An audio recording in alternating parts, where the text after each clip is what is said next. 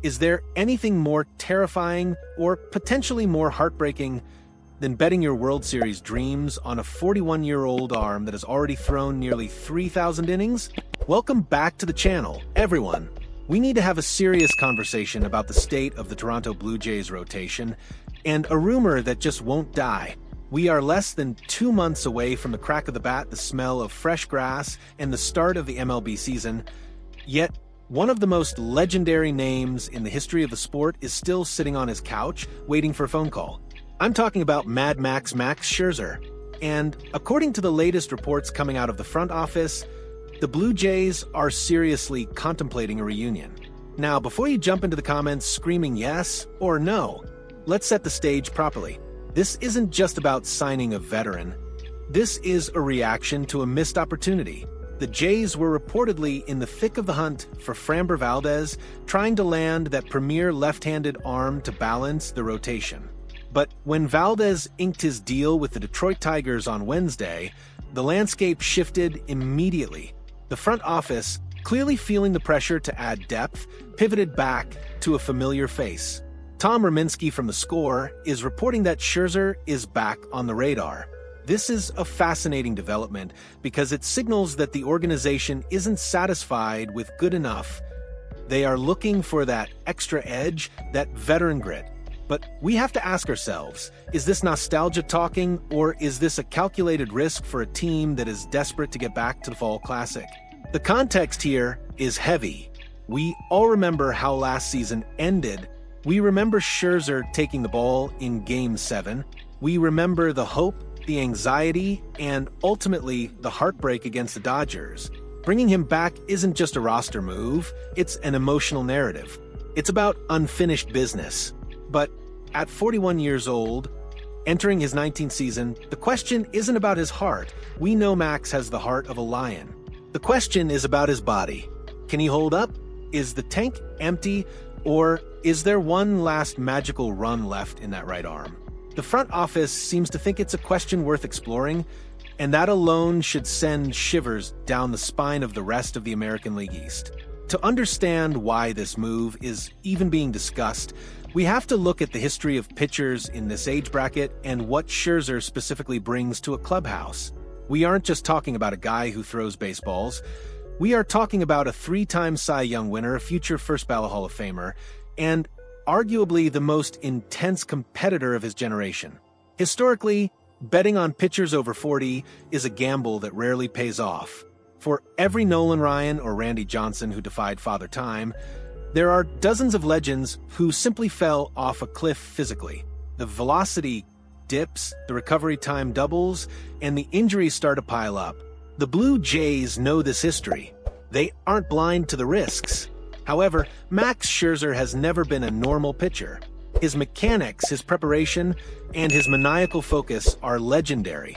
If anyone can squeeze one more elite year out of a 41-year-old body, it's him. But let's look at the tactical side. Why do the Jays need him? On paper, this rotation is already a juggernaut. You have Kevin Gausman, the ace, the rock at the top of the rotation who provides stability. You have Shane Bieber, a former Cy Young winner himself, slotting in as the number 2. If Bieber stays healthy, and that is a big if, that is arguably the best 1-2 punch in baseball, then you add the newly signed Dylan Cease, a strikeout machine who brings electric stuff to the number 3 spot. So, where does Scherzer fit? This is where the luxury aspect comes in.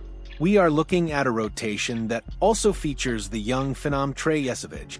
Let's take a moment to appreciate what Yesavage did in the World Series against the Dodgers.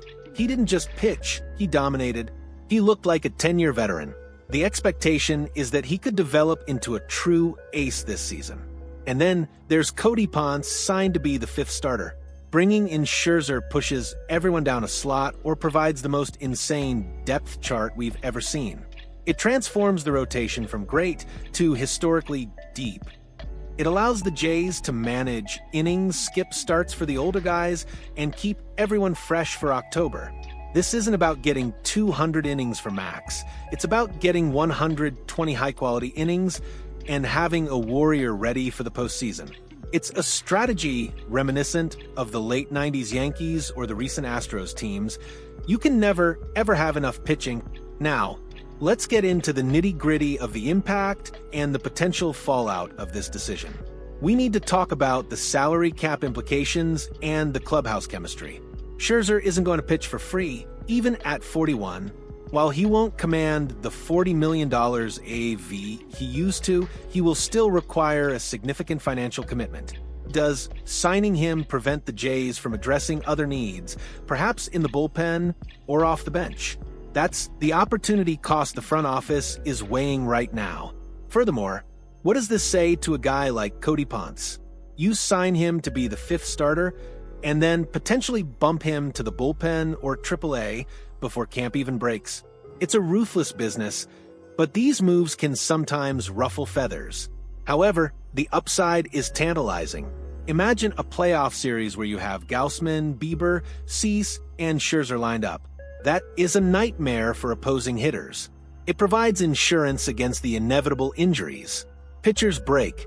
It's a sad fact of the game. If Bieber's elbow flares up, or if Gausman needs a stint on the IL, having Scherzer ready to step in prevents the season from spiraling out of control. We also have to consider the mentorship angle. Trey Yesovich is a star in the making, but imagine him spending another full season learning the mental side of the game from Max Scherzer. That kind of knowledge transfer is priceless. It could accelerate Yesovich's development by years. But let's play devil's advocate. What if it goes wrong? What if Scherzer signs, struggles to find the strike zone, or gets hurt in April? The media in Toronto can be unforgiving. The narrative will instantly shift to the Jays signed a washed-up veteran instead of getting younger. The fan base is currently divided. I've seen the forums. Half of you are screaming that we need his leadership and that he owes us a title after Game 7. The other half is terrified that we are paying for past performance and that the money should be spent elsewhere. It's a polarizing topic because the wound of losing to the Dodgers is still fresh.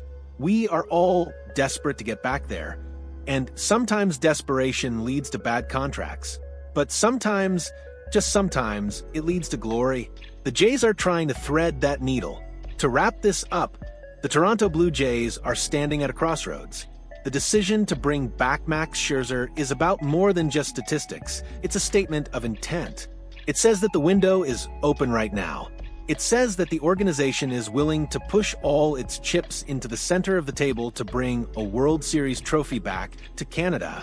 They have built a formidable rotation with Gausman, Bieber, JAYS, and the exciting youngster Yesovich. Adding Scherzer is the cherry on top, or perhaps the nitro boost needed to get across the finish line. We are talking about a team that fell just short. The pain of that loss to the Dodgers is the fuel for this season. Whether Scherzer is on the mound or not, the goal remains the same. But having a guy who has been there, done that, and has the scars to prove it might just be the difference maker in a tight October series. The front office hasn't pulled the trigger yet, but the smoke is billowing. They are looking to bolster depth, they are looking for insurance, and they are looking for redemption. So, I want to hear from you. This is the most important part of the show. Do you want Max Scherzer back in a Blue Jays uniform? Do you think he has enough left in the tank to help us win a ring?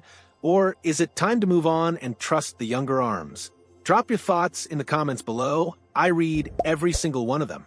If you enjoyed this deep dive, please smash that like button, subscribe to the channel, and hit the notification bell so you never miss an update as we march towards spring training. Let's get ready for another wild season. I'll see you in the next video.